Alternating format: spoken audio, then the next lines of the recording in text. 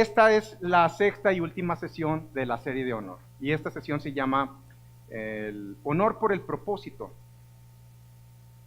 Y me iba a sentar, pero no, hay gente arriba, si no, no me van a alcanzar a ver. Les quiero comentar que en la epístola de Efesios, en el capítulo 3, de hecho es una carta muy profunda, la de Efesios. No es para leerse de manera superficial, encierra cosas muy, muy profundas. Y en esa carta, en el capítulo 3, Dios menciona que el propósito eterno es que realmente nosotros podamos entender, captar que todo habla de Jesús. Ese misterio que estuvo escondido antes, que ahora ha sido revelado, esto es muy importante, a nosotros, a la iglesia, a ti y a mí. Entonces, podemos dar toda una serie de propósito eterno, pero te lo quiero resumir en esto. Dios se sigue dando a conocer. Dios se sigue dando a conocer, y la manera como se da a conocer es a través de la iglesia. A Dios le plació a ti y a mí derramar su sabiduría para que entendiéramos y conociéramos quién es Él y poderlo manifestar. ¿Por qué? Porque si no te has dado cuenta, entre más conoces a Dios, más te conoces a ti, porque eres un ser hecho a su imagen y semejanza. Una vez uno de los discípulos le preguntó: muéstranos al Padre. Y Jesús le dijo: tanto tiempo que he estado con ustedes y no lo han visto. En otras palabras, lo que le está diciendo es: todo el Padre que quieras ver está en mí. ¿Quién lo está diciendo? El Hijo. Yo quiero preguntar: ¿cuántos hijos de Dios hay aquí? La gente allá afuera está esperando conocer al Padre. ¿A través de quién va a ser? A través de nosotros. Entonces, en el propósito eterno no tiene que ver con tus estructuras mentales, tus formas de pensar, porque hay gente que viene y dice: no, es que o piensa que Dios le va a estar resolviendo los problemas. En su estructura mental piensa que la función de Dios es que le tiene que estar resolviendo los problemas. Pero no van a encontrar una sola cita bíblica donde dice que Dios te resuelve los problemas. No, lo que Dios quiere es que conozcas diseño, cómo fuiste diseñado y para qué función fuiste diseñado. Y para esto hay un propósito, hay un proyecto, hay un plan. A eso se le conoce, o lo determina la epístola de Efesios, como propósito eterno. O sea, si es eterno, ¿para cuándo es? Para siempre. ¿Me explico? Entonces creo yo que hay una frustración en mucha gente, en mucho pueblo de Dios, que está esperando que las cosas sucedan de la manera que piensan que debe de suceder. Entonces tomamos una posición como la del pueblo hebreo cuando sale de Egipto. Ellos salieron de esclavitud. Pero analicemos una cosa: eran libres ya, pero su mentalidad no había sido renovada. Todos los días veían una manifestación gloriosa de Dios. Todos los días vivían de milagro. Todos los días. Milagro porque aparecía la comida, porque aparecía el agua, sus vestidos no se envejecían, su calzado tampoco. Pero ¿tú crees que ese era el plan de Dios? Era un pueblo que se la pasó en el desierto sin producir nada. ¿Recuerdan de la sesión de diseño? Honor por el diseño. No hay pretextos, no hay excusas. Somos seres creados para producir y producir y producir. ¿Qué es lo que ocasiona cuando la gente se estaciona en ese estado? Cuando la gente se estaciona en ese estado como estaban ellos, sabes que desde Egipto a la tierra prometida, ¿cuánto tiempo pasaron? 40 años. ¿Sabes cuál era la distancia? De Egipto a la tierra prometida, 11 días. 11 días. Otros dicen no, fueron 14 días. Otros dicen no, fueron 26 días. Miren, no pasaba de un mes. No pasaba de un mes en los cuales ellos, por sus estructuras mentales, por no conocer diseño o por no abrazar el diseño ni los planes de Dios, seguían caminando como ellos pensaban que debían de caminar. No producían nada, aunque la manifestación de Dios se manifestaba todos los días, no cambiaba su estructura mental. ¿Por qué? Porque todos los días murmuraban, todos los días se quejaban, aunque vieran la manifestación de Dios. No quiere Dios que te quedes únicamente con una túnica. Dios no te quiere que te quedes únicamente con un par de sandalias. El plan de Dios era introducirlos en la tierra prometida, que es prototipo del mismo cielo o de la forma de vida del cielo, donde los recursos son interminables. Dios se los había prometido, y cuando Moisés envía sus líderes, eran los líderes, de los 12, 10 llegaron diciendo, está muy padre la tierra, pero hay unos gigantotes allá y nosotros somos así como chiquitos. Entonces no tenían la identidad correcta. Y mientras no comprendas la identidad que ahora tienes en Cristo Jesús, ¿cómo vas a caminar en el propósito de Dios? No te la vas a creer. Entonces quedaron ahí estacionados 40 años, señores, cuando la distancia era menos de un mes. 40 años. ¿Qué me dice esto? Que hay gente que permanece en el desierto cuánto tiempo esté dispuesto a permanecer. Pero se requiere que uno pueda creerle a Dios para salir del desierto e introducirse en la tierra prometida. Donde les comento algo, todo aquello que no se conoce ciertamente causa expectativas, incertidumbre. Pero si no eres decidido, te vas a quedar así, y lo más tremendo es que la gente no sabe o muere sin conocer siquiera llamado y propósito. Porque cuando se habla de propósito eterno, se está hablando de un proyecto para que se cumpla, y no puede haber un proyecto si no ha sido llamado a tal. Y todas las personas que estamos aquí, todo ser humano tiene un llamado. Tiene un llamado. Y cuando uno sabe que ha sido llamado, entonces hay que tomar decisiones en su vida para dejar aquellas costumbres, formas de pensar, estructuras y hasta ciertas comodidades para caminar en favor del llamado. ¿Me explico? Ok, entonces quiero mencionar algo. Jesús en el Evangelio de Juan, en el capítulo 12, versículo 24, menciona lo siguiente.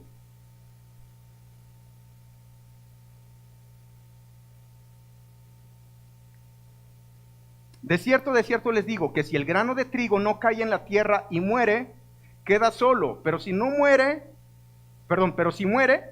lleva mucho fruto. Bueno, esto es muy sencillo de entender.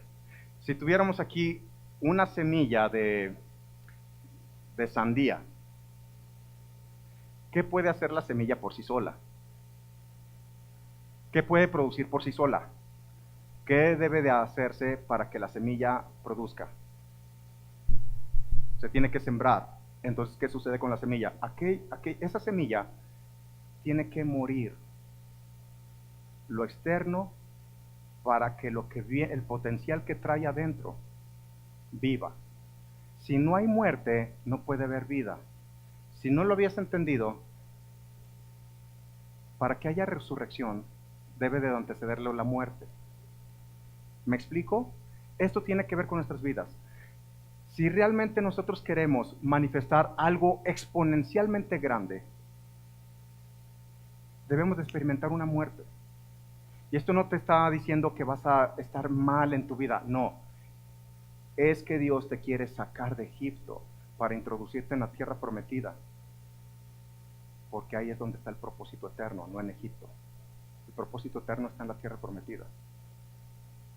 Y si no tenemos honor por el propósito eterno, vamos a quedar deambulando todos estos años, quejándonos, esperando que Dios siempre me esté supliendo mis necesidades, cuando eso está dentro de ti. ¿Qué pasa si esa semilla muere? ¿Tú vas a tener una sandía por una semilla? ¿O qué vas a tener? O de una naranja, vamos a ver de una naranja.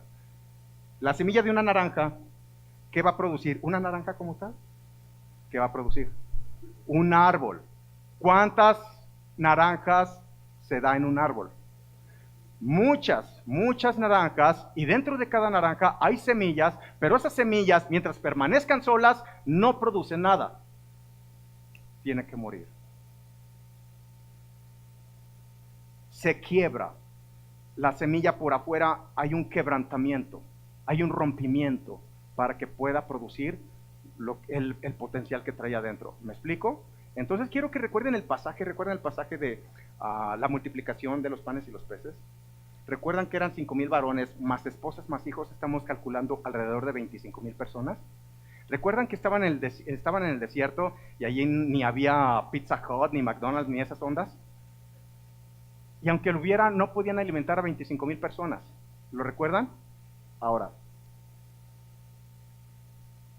el pan llega a las manos de Jesús y lo bendice. Quiero que ustedes me digan, ¿qué sucede después cuando lo bendice? Antes de eso, lo parte. Hay un quebrantamiento, hay un rompimiento. Y en el momento que lo empiezan a dar, ese pan se empieza a multiplicar. Ese pan empieza a expandirse de una manera tremenda. Entonces repite conmigo, expansión. ¿Qué nos está diciendo Jesús aquí? Que no hay expansión si no hay una muerte primeramente. Anótalo. No puedes tú ver expansión en tu vida si primeramente no experimentas una muerte. La semilla por sí sola no produce nada, se queda sola. Pero en el momento que muere la semilla, entonces da mucho fruto. Ahora, cuando eso sucede, cuando el pan tiene un quebrantamiento, tú eres el pan. Debe de haber un quebrantamiento en las manos de Jesús. Ese quebrantamiento, ¿en qué consiste? En morir al yo, en morir al ego. Y con ese ego mueren muchas cosas, muere la soberbia, muere la arrogancia, no digo que mueren tus sueños, no, muere todo aquello que te impide expandirte de una manera impresionante. ¿Me explico? Entonces,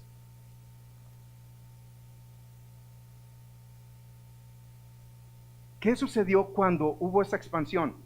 Fueron alimentados más de 25,000 personas. Entonces el pan eres tú. Si queremos nosotros como iglesia alimentar a miles o llevar a miles a que tengan un encuentro con Cristo, ¿qué debe haber en nuestras vidas? Un quebrantamiento. Un quebrantamiento. Si queremos alimentar a miles tenemos que morir, tenemos que ser quebrantados. Morir es un requisito para resucitar. Morir es un requisito para dar vida. Ahora, ¿qué es lo que sucede? Cuando realmente tenemos un encuentro con Cristo, empezamos a entender dentro de nosotros lo que es llamado. Hay un llamado. Y no es llamado a, ay, yo quiero ser pastor. No, señores. No estoy hablando de llamados ministeriales como tal, sino que el talento que Dios te dio, donde quiera que estés, seas un profesionista, seas un licenciado, un ingeniero, un abogado, un maestro, un taxista, un empresario, un político, donde quiera, esas habilidades que Dios te ha dado, esos talentos que Dios te dio, no son para que digas, ay, qué padre que los tengo, son para que glorifiquen el nombre de Dios, para la extensión del reino. ¿Qué pasó con Satanás? El talento que él tenía lo utilizó para su propio provecho. ¿Quién le dio ese talento? Dios. Él le dio los conocimientos de la música y él se aprovechó de eso y de la influencia que le había dado con las personas, con los ángeles, que la tercera parte de los ángeles ahora son demonios. Quiere decir que que puede ser un ser que está muy dotado y capacitado, pero si el talento que Dios te dio no van en pro del propósito eterno, entonces hay un principio que es perverso dentro de cada uno. ¿Me explico? En el momento que morimos a primero esas estructuras mentales que nos mantienen aprisionados, y morimos a nuestros propios intereses y a estructuras que decimos, no, es que así voy a seguir, así estoy cómodo. Y es por eso que tenemos creyentes situacionales. Los creyentes situacionales son los que mientras va todo bien dicen, ay, sí, yo que la fe y que no sé qué. Y cuando viene una situación adversa, ¿qué? Se empiezan a desanimar, empiezan a criticar, a murmurar, a quejarse y a culpar a Dios. Bueno, ese mismo patrón de comportamiento es el que tenía la gente cuando estaba en Egipto. ¿Me explico? ¿Qué quiere decir? Que hay gente todavía estacionada en el desierto entre Egipto y la tierra prometida.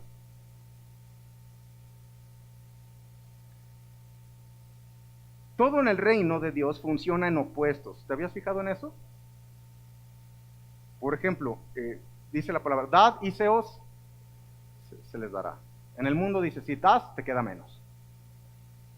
En el reino funciona en opuestos al mundo, a la forma de vida natural. Otro ejemplo, el mayor servirá al menor. El que se humilla será exaltado y el que se exalta será humillado.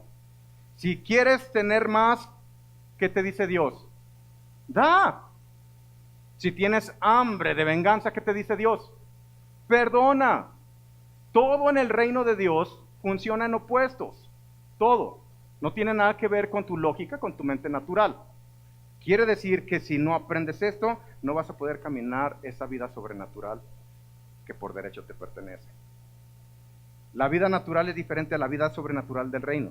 Entonces, cuando caminas conforme al propósito eterno, es muy probable que atravieses ciertas cosas en tu vida que no son cómodas, no son cómodas. Pero, ¿qué es lo que sucede? La gente cuando se estaciona, o más bien la pregunta es, ¿qué nos impide seguir caminando en fe? Es más cómodo seguir como estamos. ¿Recuerdan al paralítico de 38 años? Le pregunta a Jesús, ¿quieres ser sano? ¿Y qué dijo él? No, es que no tengo a nadie que me aviente cuando mueven el agua. Los demás tienen la culpa de cómo estoy. O sea, no dijo ni siquiera así. ¿Sabes por qué? Porque era más cómodo como estaba. Es más cómodo estar en la posición en donde, sí estoy bien, mientras haya frijolitos.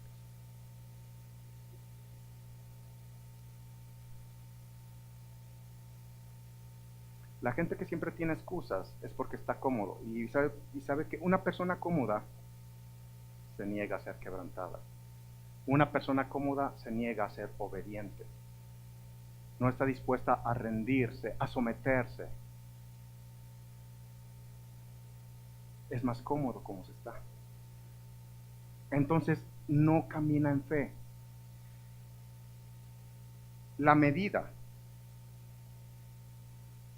En la medida que des pasos de fe, esa va a ser la medida de la respuesta de la manifestación de la bendición en tu vida. Quiere decir que si das pasos de fe agigantados, el retorno de la bendición será exponencial. Exponencial. ¿Pero por qué la gente no quiere caminar en fe? Porque está cómoda. Aunque se siga quejando y demás. Está cómoda. ¿Me explico?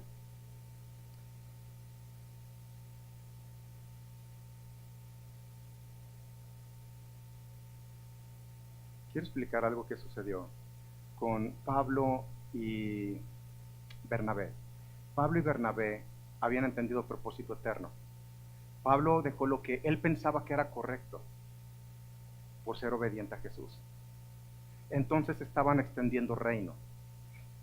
En una ocasión llegan a una ciudad romana y había una mujer que tenía un espíritu de adivinación, el cual cuando lo detectan la liberan, echan fuera ese espíritu. Pero con ese espíritu de adivinación a través de esa mujer le daba ganancias a ciertas personas. Cuando las personas dejaron o vieron el riesgo que ya no iban a tener ganancias, entonces tomaron a Pablo y a Bernabé. Era Pablo y Silas, ¿verdad? Dije Bernabé en un principio. Me regreso.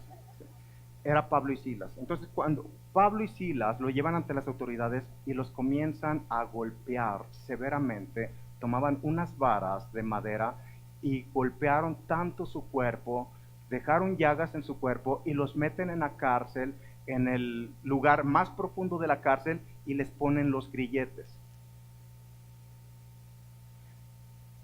¿Qué harías tú si estás haciendo lo que Dios te dijo que hicieras y te encuentras en esa situación. ¿Qué haríamos nosotros? O sea, siendo sinceros, no diríamos, ¿dónde estás, Dios? Todavía que estoy haciendo lo que tú me pediste que haga y ve cómo me tienes. Me escupen, me golpean y me meten en la cárcel injustamente por hacer lo que tú me pediste que hicieras. Pero estos dos tipos, adentro de la cárcel, comienzan a cantar alabanzas a Dios. ¿Cómo se les ocurre?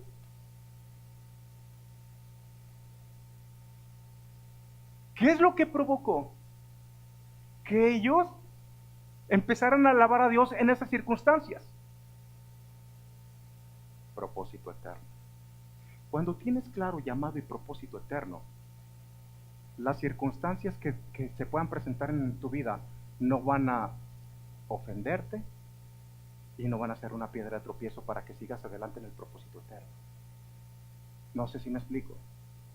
Cuando uno se rinde al yo, cuando uno muere al yo, entonces las circunstancias adversas, por muy complejas que se vean, no nos van a mover de cumplir con el llamado y el propósito eterno.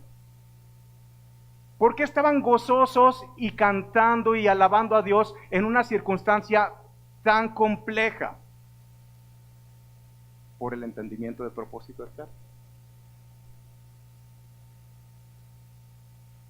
Yo sé que me vas a decir, yo no quiero que me metan en la cárcel y que me pongan unos guamazos. Y no te estoy diciendo qué va a pasar.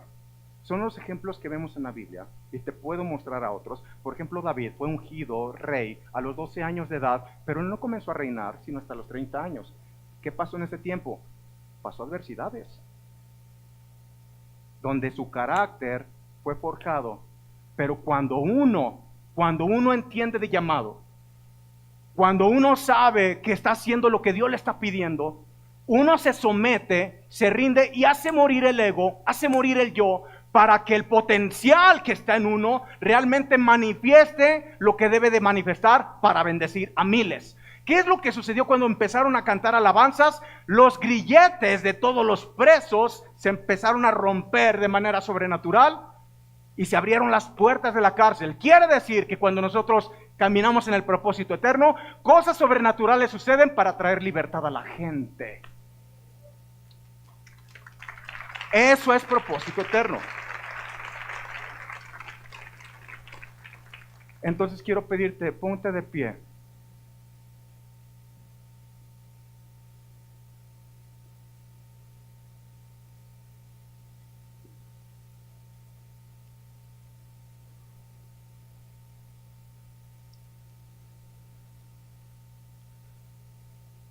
No puede haber una multiplicación o una expansión si no lo antecede un quebrantamiento.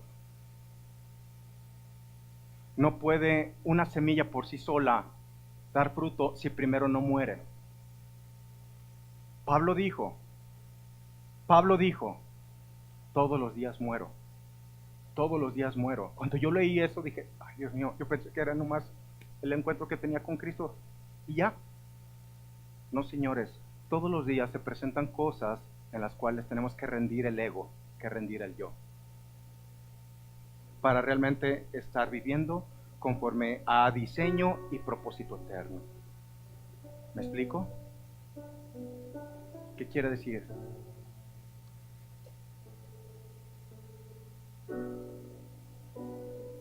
La resistencia es importante.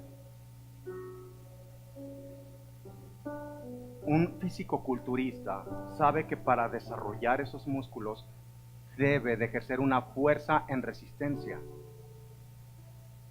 ¿Me explico?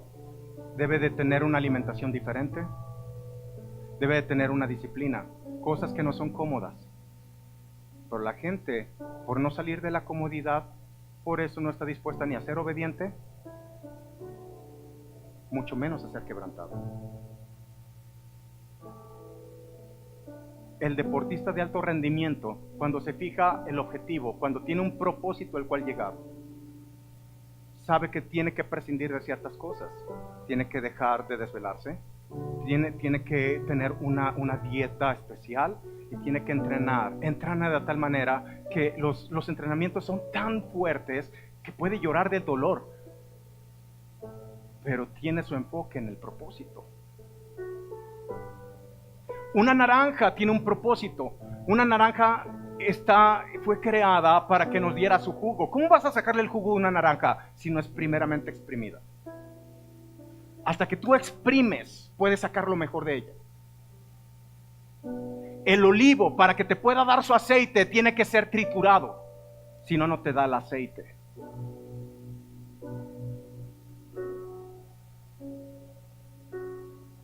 Gente entendida en propósito eterno sabe que hay una renuncia en las comodidades de su vida o en los pretextos y excusas de salir de una zona de confort para arriesgarse a adentrar algo que tiene Dios mucho más grande para ti. No era el propósito de Dios que quedaran en el desierto. Era introducirlos en una tierra que les había prometido, donde iban a tener casas que ellos no habían construido, que iban a tener viñedos que ellos no sembraron, que iban a tener ganado que ellos no habían criado. Así es el cielo. El cielo es abundante. Es abundante. Para que realmente puedas vivir, debes de morir al yo, a los propios intereses, y que realmente todo lo que tú estés haciendo tenga propósito, que vaya conforme al propósito eterno, donde quiera que estés. Si Dios te dio la habilidad para hacer riquezas, tiene propósito ello. Hay gente que hace muchas riquezas y no sabe qué hacer con ellas. Hace cosas que Dios no le mandó a hacer. Hay gente que tiene talentos y esos talentos se los guarda. Tienen voces espectaculares para glorificar el nombre de Dios y crear atmósferas, habilidades en sus manos para tocar, para atender gente, para cuidar niños, gente que ha entendido el propósito y que cuando va en el taxi va compartiendo ese cielo a las gentes que se suben, de tal manera que tengan un encuentro con Cristo. Donde quiera que tú te desempeñes, seas un maestro, seas un taxista, seas un profesionista, seas un trabajador, donde quiera que tú estés, si entiendes propósito, te vas a multiplicar en muchos más.